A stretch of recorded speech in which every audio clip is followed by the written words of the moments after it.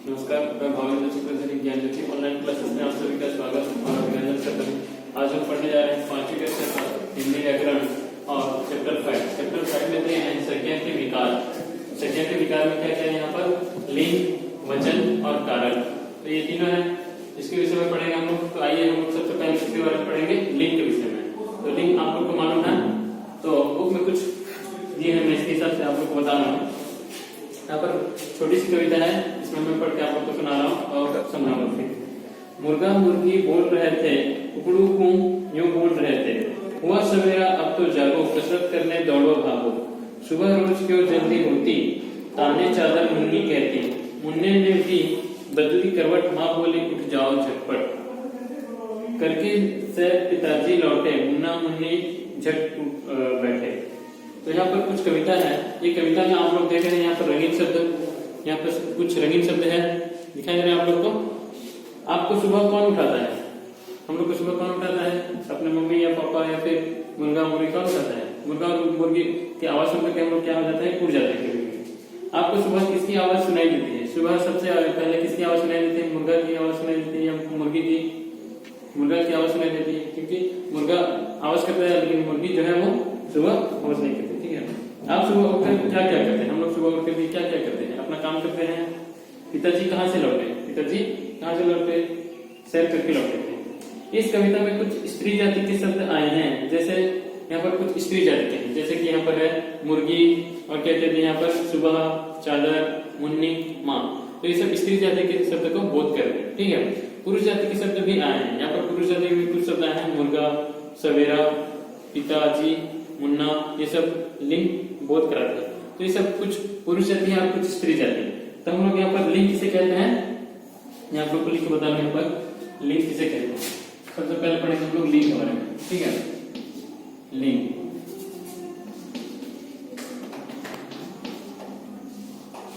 लिंग किसे कहते हैं? यहाँ पर पुरुष या स्त्री जाति का बोध कराने वाले शब्द को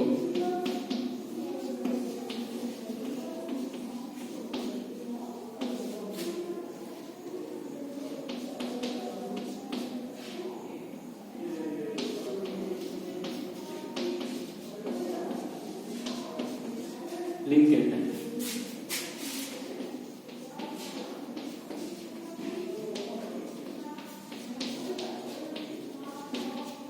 लिंग किसे कहते हैं? पुरुष या स्त्री जाति, पुरुष या फिर स्त्री जाति का बोध कराने वाले शब्द को हम क्या कहेंगे? लिंग कहेंगे। अब लिंग के कितने भेद यहाँ पर मैं आपको बता रहा हूँ कि लिंग के दो भेद हैं। लिंग के दो भेद हैं। लिंग के दो भेद हैं। ठीक है, पहला है स्त्रीलिंग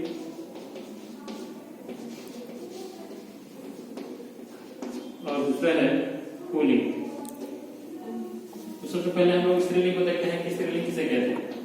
ठीक है, स्त्रीलिंग हम लोग किसे कहते हैं? तो देखो यहाँ पर स्त्रीलिंग है, स्त्री जाति का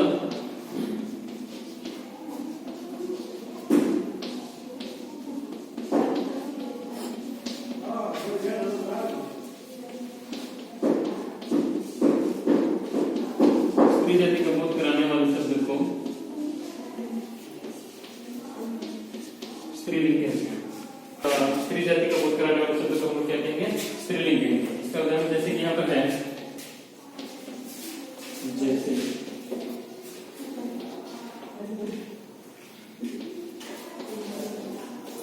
मुर्गी, मुर्नी, रानी, ये सब किसमें आएगा? स्त्रीलिंग में आएगा। ठीक है, तो स्त्रीलिंग किसे कहते हैं? स्त्री जाति का बोध कराने वाले शब्द को हम लोग स्त्रीलिंग कहते हैं। इसका उदाहरण यहाँ पर है मुर्गी, मुर्नी, रानी, ये सब किसमें आएगा? स्त्रीलिंग में आएगा। ठीक है, इसके बाद में हम लोग देखते हैं पुल्लिंग।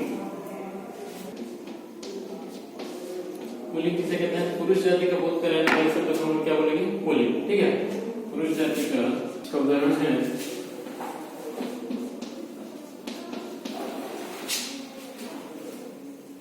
पुरुष जाति है, लड़का भी पुरुष जाति है, तो पुरुष जाति का बोध कराने वाले शब्द को हम लोग क्या बोलेंगे? Pulling pulling. ठीक है, अब यहाँ पर मैं आप लोग को कुछ उदाहरण देकर बता रहा हूँ। इनके भेद, देखिए दो प्रकार के भेद हैं, आप लोग बता चुका मैं, पुलिंग और स्त्रीलिंग। ठीक है, तो पुलिंग और स्त्रीलिंग में कुछ अ और आ लगा के पुलिंग को बड़ी की मात्रा लगा के उसमें स्त्रीलिंग हम लोग परिवर्तन कर सकते हैं। जैसे कि यहाँ पर है एग्जाम्पल में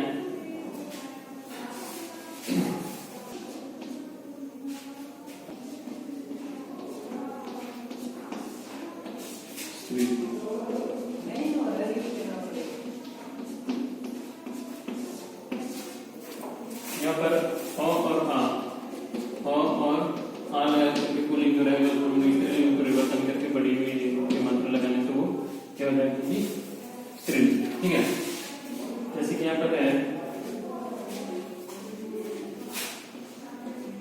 बेटा, नाना,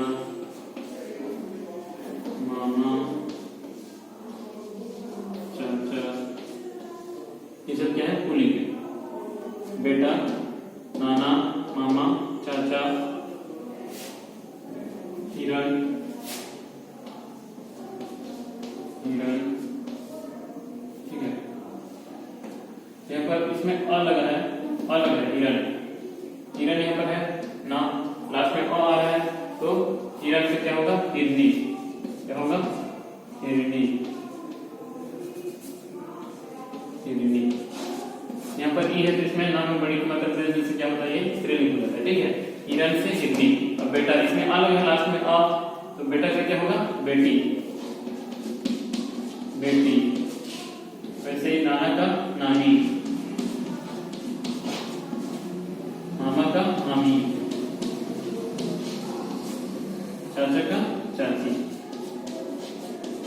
इसी तरह से हम लोग पुल्लिंग से स्त्रीलिंग में बना सकते हैं। और आ रहने से उसको ई लगा करके हम लोग क्या कर सकते हैं, स्त्रीलिंग बना सकते हैं। यहाँ पर और क्या है, बकरा का बकरी, कटोरा का कटोरी, हिरण का हिरनी, ऐसे ही हम लोग बना सकते हैं।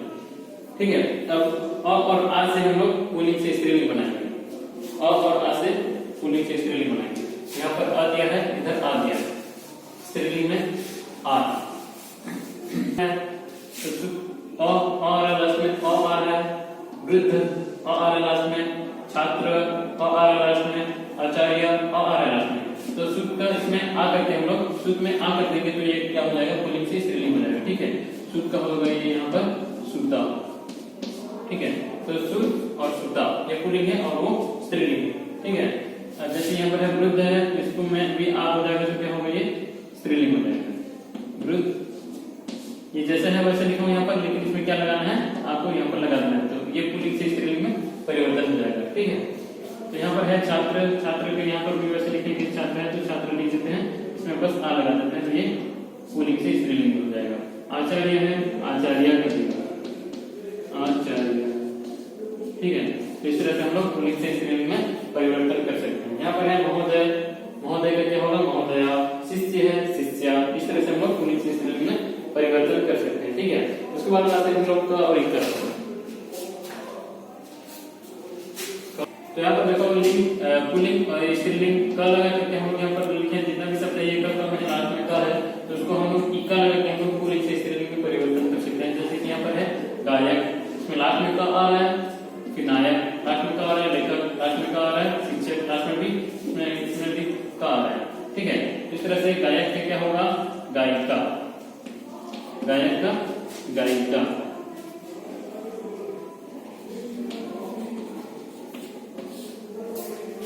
गायक गायिका, इसमें इक्का लगा है, इक्का लगा है। फिर नायक का क्या होगा, नायिका, नायिका। फिर लेखक का लेखिका, शिक्षक का शिक्षिका। ठीक है, तो इस तरह से हम लोग इधर का है और इधर का वाले शब्द को इका लगाकर हम लोग पुल्लिंग से स्त्रीलिंग में कर सकते हैं। गायक, नायक, लेखक, शिक्षक, इसमें का है और इधर है इका इका है, गायिका, इका, नायिका, लास्ट में इका इका लग रहा है, लेखिका, शिक्षिका। ये सब का से इका लगाकर हम लोग पुल्लिंग से स्त्रीलिंग में परिवर्तन किए हैं। ठीक है, उसके बाद हम लोग नी जोड़ करके पुल्लिंग से स्त्रीलिंग में बनाते हैं शब्द। यहाँ पर है नी जोड़ करके है,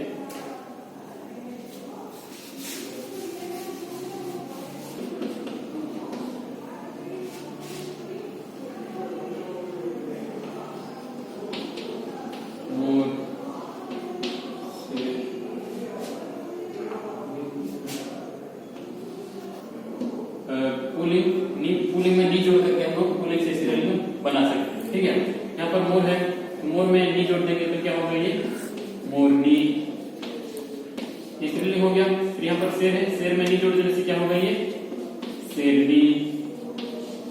ठीक है, यहाँ पर बिल है, बिल में नी जोड़ देने से क्या होगा, बिल्ली।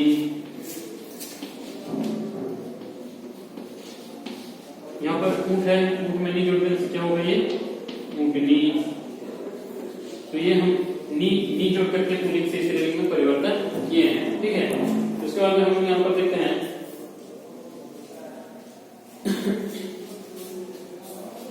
तो यहाँ पर पुल्लिंग और स्त्रीलिंग कुछ शब्द यहाँ पर दिए हैं, मैं आप लोग को दिखा रहा हूँ चित्र, ये बुक में है, किताब में है।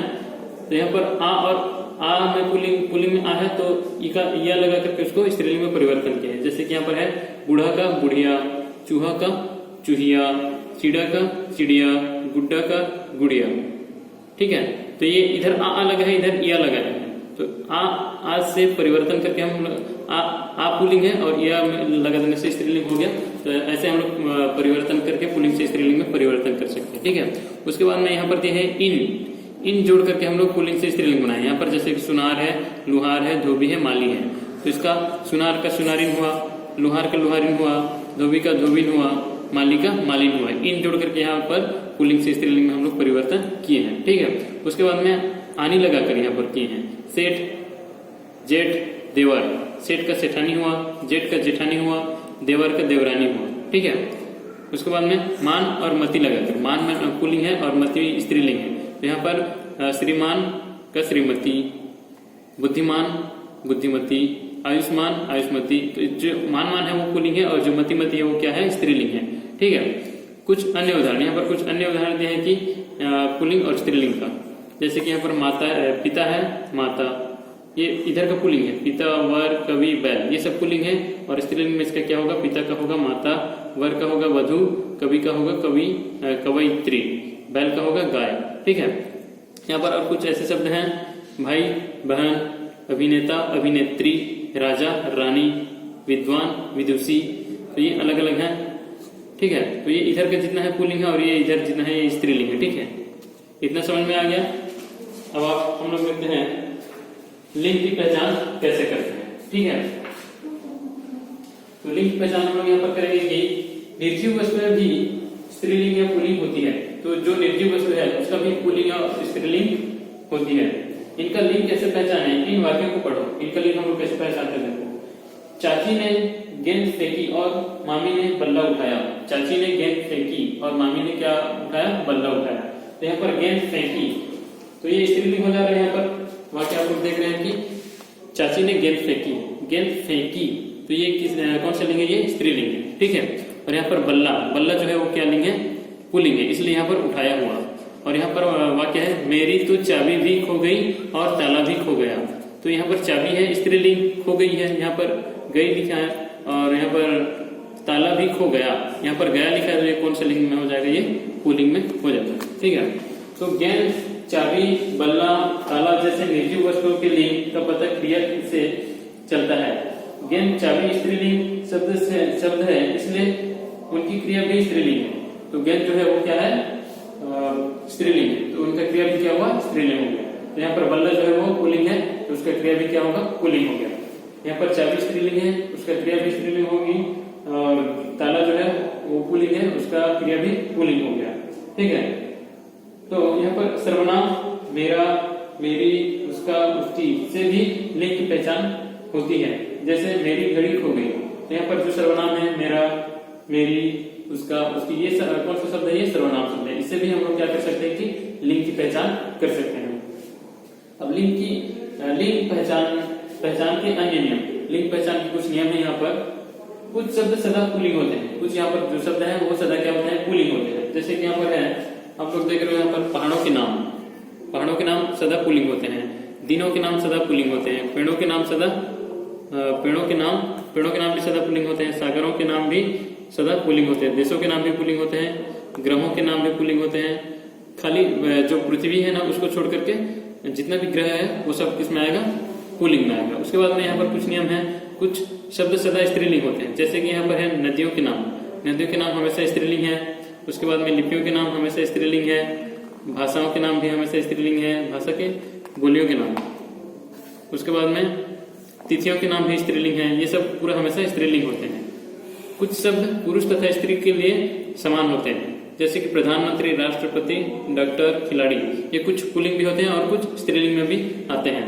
ठीक है, कुछ शब्द नर या मादा लगाकर भी हम लोग पुल्लिंग से स्त्रीलिंग कर सकते हैं, जैसे कि यहाँ पर है भेड़िया, मादा भेड़िया, नर भेड़िया, नर खरगोश, मादा खरगोश। तो इस तरह से हम लोग लिंग की पहचान कर सकते हैं। ठीक है, तो आज हम लोग लिंग के बारे में क्या क्या पढ़े, लिंग किसे कहते हैं, लिंग के कितने भेद हैं, पुल्लिंग किसे कहते हैं, स्त्रीलिंग किसे कहते हैं, और कुछ शब्द हम लोग जोड़ करके पुल्लिंग से स्त्रीलिंग बनाए हैं।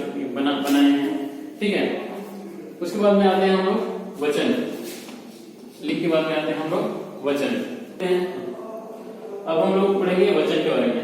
तो वचन आप लोग को पता है कि कुछ शब्द रहते हैं एक वचन में रहते हैं, कुछ बहुवचन, यानी वचन किसे कहते हैं हम लोग इसको सबसे पहले जाना होगा। ठीक है, आप लोग पढ़ोगे तीसरी या चौथी कक्षा में वचन के बारे में पढ़ोगे, कुछ तो जानते भी होंगे, इसलिए हम लोग इसके बारे में पढ़ेंगे आज वचन के बारे में। ठीक है, तो वचन किसे कहते हैं, पुरुष या स्त्री, एक या एक से अधिक शब्दों के जिस रूप से एक या एक से अधिक होने का बोध हो उसे हम क्या कहते हैं, वचन कहते हैं। शब्द के जिस रूप से एक या एक होने का, एक से अधिक होने का बोध हो उसे हम लोग वचन कहते हैं। ठीक है, तो उसका एक या एक से अधिक होने का बोध होने से उसको हम लोग क्या बोलेंगे, वचन कहेंगे। अब देखते हैं यहाँ पर वचन के भेद। वचन के दो भेद। ठीक है, वचन के भेद, वचन के भेद। तो वचन के कितने भेद हैं, दो। क्या क्या है, एक पुल्लिंग है, दूसरा स्त्रीलिंग है, एक वचन और बहुवचन। पहला है एक वचन और दूसरा है बहुवचन।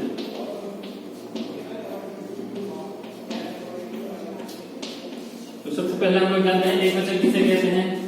ठीक है, एक वचन किसे कहते हैं, संज्ञा शब्द के जिस रूप से उसके एक होने का पता चले, संज्ञा शब्द के जिस रूप से एक होने का पता चले उसे हम लोग क्या बोलते हैं, एक वचन।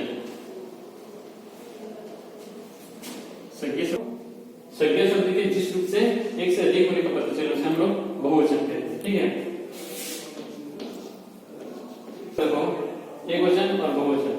तो एक वचन हम लोग किसे कहते हैं, संज्ञा शब्द के जिस रूप से एक होने का बोध पता चले, संज्ञा शब्द के जिस रूप से एक होने का पता चले उसे हम क्या कहते हैं, एक वचन कहते हैं। ठीक है, जैसे कि यहाँ पर मैं बता रहा हूं हम लोग को आंख, ठीक है, फिर पुस्तक।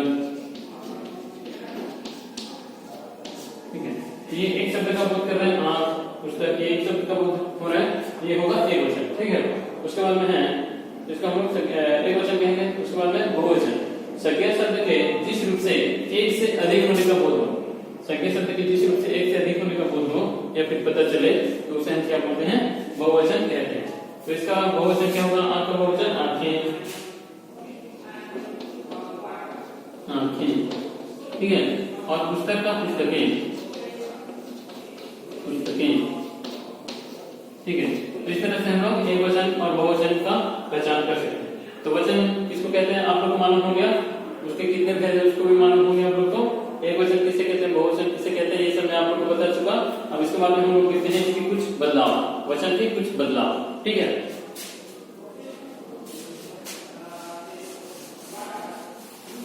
देखते हैं यहाँ पर वचन का बदलाव। तो पुस्तक में आप लोग देख रहे हैं, यहाँ पर आप लोग को दिखा रहा हूं मैं, यहाँ पर है एक वचन है इधर और इधर बहुवचन। तो इधर एक वचन कौन कौन सा है, आंख, पुस्तक, रात, बात, बहन, ये सब एक वचन में है। तो एक वचन का बहुवचन ग्रुप यहाँ पर दिए हैं। इधर अ का है, इधर ए लगा के उसको बहुवचन में कर दिए। ठीक है, तो आंख का क्या हुआ, आंखें, ए लगा है लास्ट में, फिर पुस्तक का पुस्तकें, ए लगा है, फिर रात का रातें, बात का बातें, बहन का बहनें, ये सब एक वचन से बहुवचन में परिवर्तन किए हैं। तो इधर आ दिया है, फिर इधर ए दिए हैं, आ और ए से हम लोग एक वचन से बहुवचन परिवर्तन करते हैं। जैसे कि यहाँ पर है पत्ता, पत्ते, लड़का, लड़के, गुब्बारा, गुब्बारे, ताला, ताले, बच्चा, बच्चे। तो आ से ए लगा करके हम लोग एक वचन से बहुवचन में परिवर्तन किए। ठीक है, इधर उसका कुछ और एग्जाम्पल है, उदाहरण है, मैं आपको बता रहा हूँ। या ई और या लगा के एक वचन से बहुवचन में परिवर्तन हुआ है। ठीक है, यहाँ पर है आप लोग देख रहे हो ई वाला जिधर इधर जितना है वो क्या है एक वचन है, और इधर या लगा के जितना है ये सब क्या है बहुवचन है। ठीक है, इधर घाटी, चाबी, मछली, चींटी, मिठाई, सखी, ये सब ई है। लास्ट में बड़ी ई की मात्रा है यार, ये सब क्या है एक वचन है। इसका बहुवचन क्या होगा, तो घाटी का घाटिया, चाबी का चाबियां, मछली मछलियां, चींटी चींटियां, मिठाई मिठाइयां, सखी सखियां। इस तरह से आ और उ लगा के इधर ए कर देने से यह एक वचन से बहुवचन में परिवर्तन हो गया। ठीक है, लता, इसमें आ लगा है, कविता आ लगा है, वस्तु उ लगा है, इसमें सखा आ लगा है, माता आ लगा है, धेनु उ लगा है। तो इसका एक वचन से हम लोग बहुवचन में किस तरह से परिवर्तन करते हैं, देखो इधर ताला का हुआ है तालाएं, आप लोग को दिख रहा है यहाँ पर ताला का तालाएं, कविता का कविताएं, वस्तु का वस्तुएं, सखा का सखाएं, माता का माताएं, धेनु का धेनुएं। ठीक है, तो इस तरह से एक वचन से हम लोग बहुवचन में आ और उ लगा के उसको ए लगा के उसमें हम लोग परिवर्तन कर सकते हैं एक वचन से बहुवचन में। ठीक है, अब ई और छोटी और बड़ी रहने से उसको हम लोग एक वचन से बहुवचन में ई लगा के हम लोग परिवर्तन कर सकते हैं। आप लोग को दिख रहा है इधर लिपि, साड़ी, पंक्ति, लड़की, तो ये सब है एक वचन है। ठीक है, इसका बहुवचन में क्या हुआ है, यहाँ पर लिपियां, लिपि का लिपियां, साड़ी का साड़ियां, पंक्ति का पंक्तियां, लड़की का लड़कियां। ठीक है, तो इस तरह से एक वचन और बहुवचन या और यहाँ लगा के, चिड़िया का चिड़िया है, गुड़िया है, कुड़िया है, चुहिया है, तो इसको एक वचन से बहुवचन में क्या क्या लिखा गया है कि चिड़िया का चिड़िया, गुड़िया का गुड़िया, कुड़िया का कुड़िया, चुहिया का चुहिया। तो इस तरह से एक वचन से हम लोग बहुवचन में परिवर्तन के कुछ बदलाव किए हैं। ठीक है, उसके बाद में वचन की पहचान, कुछ शब्द ऐसे होते हैं जिनका एक वचन और बहुवचन रूप समान रहता है, कुछ वचन ऐसे होते हैं जिनका एक वचन और बहुवचन रूप समान होते हैं, तब उनके वचन की पहचान क्रिया से होती है। तब उनकी पहचान, जैसे कि कुछ वचन यहाँ पर एक वचन और बहुवचन समान होते हैं, तो उनकी क्रिया हम लोग किस तरह से जान सकते हैं, वाक्य से जान सकते हैं। जैसे कि यहाँ पर है फूल खिल गया, बहुवचन में क्या होगा, फूल खिल गए। ठीक है, तो यहाँ पर दिए हैं फूल खिल गया, दिखाई दे रहा है आप लोग को, इसका एक वचन है फूल, फूल है, फिर खिल है, इधर गया है, इधर गए हैं, तो ये एक वचन और बहुवचन में आप लोग को अंतर दिख रहा है कि नहीं। ठीक है, यहाँ पर फूल खिल, ये दोनों फूल खिल दोनों सेम है, लेकिन गया और गए, ये गया एक वचन हो गया और गए बहुवचन हो गया। ठीक है, घर सुंदर था, घर सुंदर थे, घर, ये दोनों एक वचन और बहुवचन में दोनों समान है। ठीक है, सुंदर दोनों समान है, दोनों सेम है। फिर इधर था है, इधर थे, ये था और थे में दोनों डिफरेंट होकर के, अलग होकर के ये एक वचन से बहुवचन में परिवर्तन हो गया। ठीक है, उसके बाद में आते हैं हम लोग यहाँ पर कुछ शब्द का प्रयोग हमेशा बहुवचन में होता है।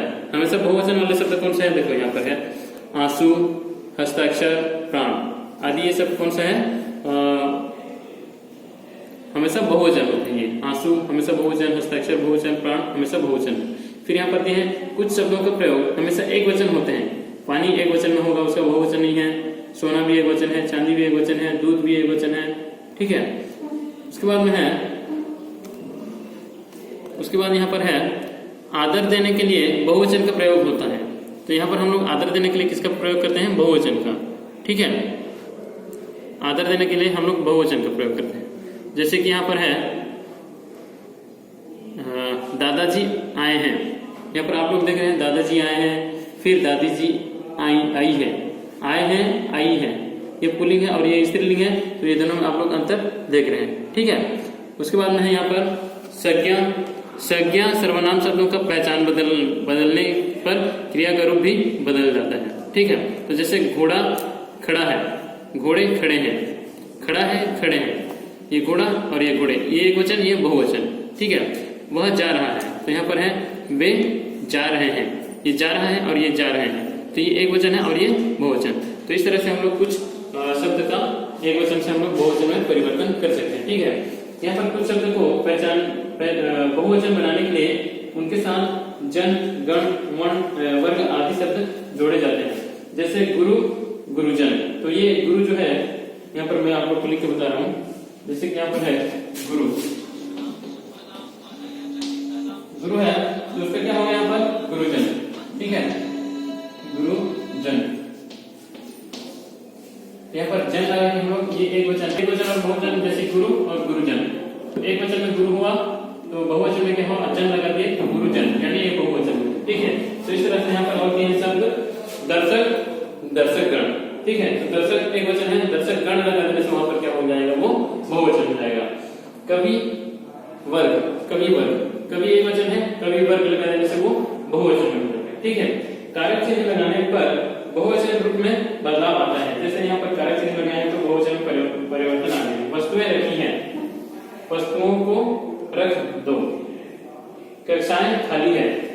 यहाँ पर आप लोग देख रहे हो कारक चिन्ह, वस्तुएं रखी है, वस्तुओं को रख दो, ठीक है। तो ये कारक में आ जा रहा है। कक्षाएं खाली है, कक्षाओं में विद्यार्थी हैं, तो ये सब क्या है, ये एक वचन इधर का, तो ये बहुवचन, ठीक है।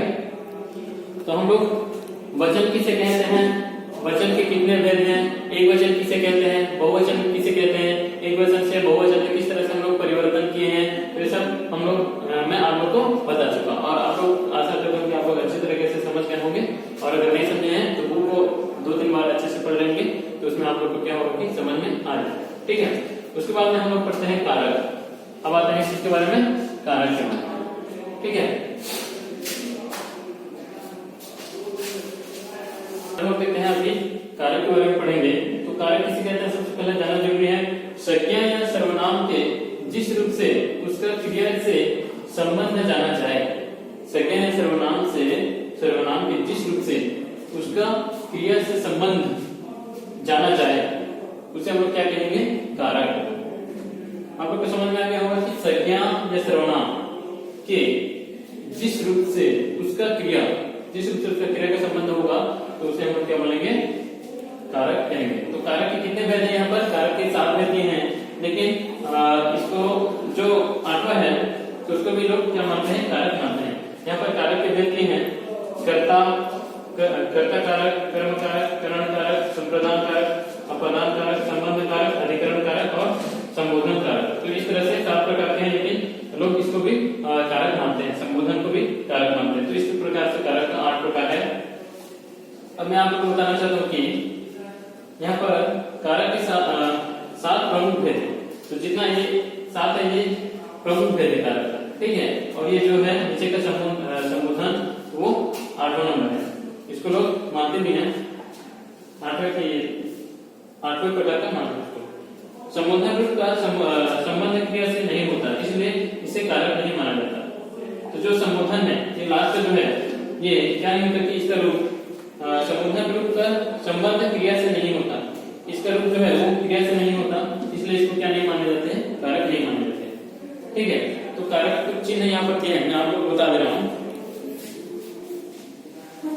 यहाँ पर कारक थोड़ा सा मैं आपको स्पष्ट में समझा दे रहा हूँ। यहाँ पर लिखा है आर्यन ने लिखा, ठीक है। यहाँ पर लिखा है आर्यन ने लिखा, फिर है यहाँ पर उसकी आर्यन ने पत्र लिखा, उसने माँ की कलम से पत्र लिखा, नई कॉपी में एक कविता लिखी, ठीक है। तो उपर्युक्त वाक्यों में रेखांकित जो शब्द है, रेखांकित नहीं, यहाँ पर कलर वाला शब्द है, रंगीन शब्द, ठीक है। तो किसी न किसी रूप में वाक्य की लिखना क्रिया के साथ जुड़े हैं। ये जो है ना, ये क्रिया के साथ में जुड़े हैं, है कि नहीं। जो रंगीन शब्द क्रिया के साथ में जुड़े हैं। इन प्रश्नों के उत्तर पढ़कर समझो। तो ये प्रश्न यहाँ पर दिया कुछ, तो इसके प्रश्न के उत्तर को हम लोग पढ़ करके समझेंगे, ठीक है। किसने लिखा, यहाँ पर आर्यन ने लिखा। क्या लिखा, आर्यन ने क्या लिखा है, पत्र लिखा है यहाँ पर। फिर किसके लिए लिखा, किससे लिखा, ये किससे लिख रही है, किससे लिख रहा है आर्यन ने, कलम से, ठीक है। किसकी कलम, माँ की कलम। कविता कहाँ लिखी, नई कॉपी में। तो इस तरह से हम लोग हमने देखा कि केवल शब्दों को पास रख देने से वाक्य नहीं बनते। यहाँ पर जो शब्द है उसको पास रख देने से क्या नहीं बनते, वाक्य नहीं बनते, और ना ही अर्थ स्पष्ट होता है। वाक्य का प्रत्येक शब्द एक दूसरे से जुड़ा होता है और सबका क्रिया एक साथ कोई ना कोई संबंध होता है। तो इसका क्रिया का कोई ना कोई संबंध होता है। तो इसलिए हम क्या बोलते हैं, संज्ञा या सर्वनाम के जिस रूप से उसका क्रिया या संबंध जाना जाए, उसे हम क्या बोलेंगे, कारक बोलेंगे। और कारक के लिए यहाँ पर मैं आप लोगों को बता दिया हूँ, कर्ता, कर्म, करण, संप्रदान, अपदान, संबंध, अधिकरण। और इसको कारक में जोड़ा नहीं जाता, लेकिन यहाँ पर लिखा गया है, इसको बोल जाएगा कि मानते नहीं लोग इसको, क्योंकि ये जो है संबोधन रूप का संबंध क्रिया से नहीं होता, इसलिए इसके कारक नहीं मानते। तो कारक कितने प्रकार के, 7 प्रकार के टोटल, ठीक है। कुल 7 कारक 7 प्रकार के। तो यहाँ पर मैं आप लोग को बताना चाहता हूँ कि कारक क्या क्या है। ये आप लोग को दिख रहा है ठीक से, यहाँ पर कारक चिन्ह और प्रयोग, ठीक है। तो यहाँ पर कर्ता कारक है, तो कर्ता कारक किस ये में आएगा, ये काम को करने वाला को हम लोग क्या बोलेंगे, कर्ता कारक। इसका चिन्ह है ने, ठीक है। इसका चिन्ह क्या है, ने। तो इसको वाक्य में कैसे प्रयोग किया, यहाँ पर रोमा आई, ये साधारण वाक्य है। इसको कर्ता ये लगा कि हम लोग इसको लिखे हैं कि रोमा ने बताया, रोमा ने बताया। यहाँ पर ने जुड़ा है तो ये ने कौन सा कारक है, ये कर्ता कारक। ठीक है, इस तरह से यहाँ पर कर्म है। कर्म कारक कैसा है, देखो काम का प्रभाव जिस पर पड़े, काम का प्रभाव जिस पर पड़ता है उसको हम लोग क्या बोलेंगे, कर्म कारक। ठीक है, तो यहाँ पर है तुम फल काट लो, फलों को धो लो। यहाँ पर फलों को धो लो है तो को यहाँ पर है, तो को किसका चिन्ह है, यहाँ पर कर्म का चिन्ह है, तो इसको हम लोग क्या बोलेंगे, कर्म कारक। ठीक है, उसके बाद में करण है।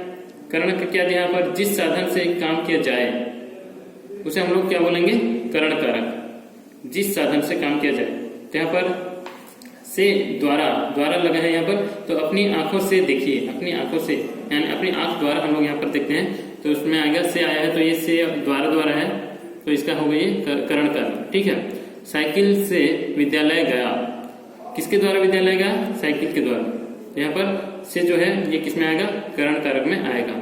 उसके बाद में है संप्रदान। संप्रदान तो जिसके लिए काम किया जाए उसको हम लोग क्या बोलेंगे, संप्रदान कारक। तो यहाँ पर है भूखे को अन्न दो, किसको अन्न दो, भूखे को, तो यहाँ पर को जो है वो क्या होगा, संप्रदान कारक। ठीक है, उसके बाद में है यहाँ पर तुम्हारे लिए खीर रखी है, किसके लिए खीर रखी है, तुम्हारे लिए, यहाँ पर लिए है, के लिए है, किसके लिए, तो यहाँ पर लिए लिखा है, तो ये किसमें आएगा, संप्रदान कारक में। ठीक है, उसके बाद में आते हैं हम लोग अपादान। अपादान का यहाँ पर है किसी से अलग होना, किसी से अलग होना, वो वाला से यहाँ पर लगेगा, अलग होने वाला से ये से और ये से दोनों में अंतर है। आप लोग देख रहे हो ये से जो है वो द्वारा है, और ये जो से है वो किसी एक दूसरे से अलग होना। ठीक है, तो यहाँ पर जो से है पेड़ से गिरा, पेड़ से गिर गया, तो पेड़ अलग है और ये नीचे गिर गया, ये अलग हो गया। ठीक है, स्कूल से लौटा, स्कूल से लौटा, तो ये अलग होने का है, तो ये वाला से जो अलग हो रहा है वो से को क्या बोलेंगे हम लोग, अपादान कारक। ठीक है, किसी से अलग होने वाला इसको बोलेंगे हम लोग अपादान कारक। उसके बाद में है संबंध। शब्दों के बीच संबंध बताने के लिए इसको हम लोग संबंध कारक कहते हैं, का, के, की, ये सब किसका चिन्ह है, संबंध कारक का चिन्ह है। ठीक है, तो रोहित का घर, रेशम की डोर, का घर, की डोर, ये का और की जो लगा है वो किसमें आएगा, संबंध कारक में आएगा। ठीक है, इस तरह से अधिकरण। अधिकरण जिस पर या जिसमें कोई वस्तु हो, जिसमें कोई वस्तु हो या फिर जिसमें जिसमें कोई वस्तु हो उसका हम क्या बोलेंगे, अधिकरण। छत पर कौन है, छत पर, यहाँ पर लगा है, तो ये किसका चिन्ह है, अधिकरण का चिन्ह है। मेज पर पुस्तक है, मेज पर, तो पर किसका चिन्ह है, यहाँ पर अधिकरण का चिन्ह है। ठीक है, तो इस तरह से हम लोग कारक